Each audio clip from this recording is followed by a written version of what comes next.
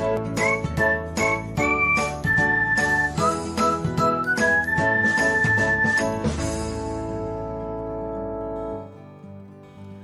everyone, welcome back to another episode of Technologyglance. In this video, I'm going to guide you through how you can hide the message thread on Pinterest. So, let's get started.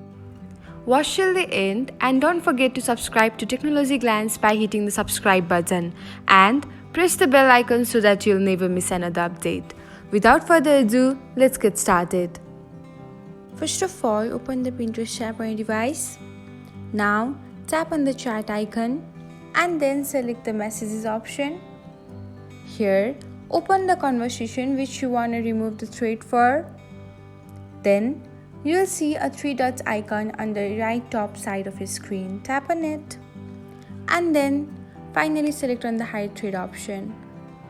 Now, tap on the hide button to confirm your action. Thanks for watching. If you found this guide helpful, we will love it if you hit the thumbs up button below. We upload great new tech tutorials like this one every day. So, don't forget to subscribe to our channel and hit the bell icon to get an update as soon as we post a video.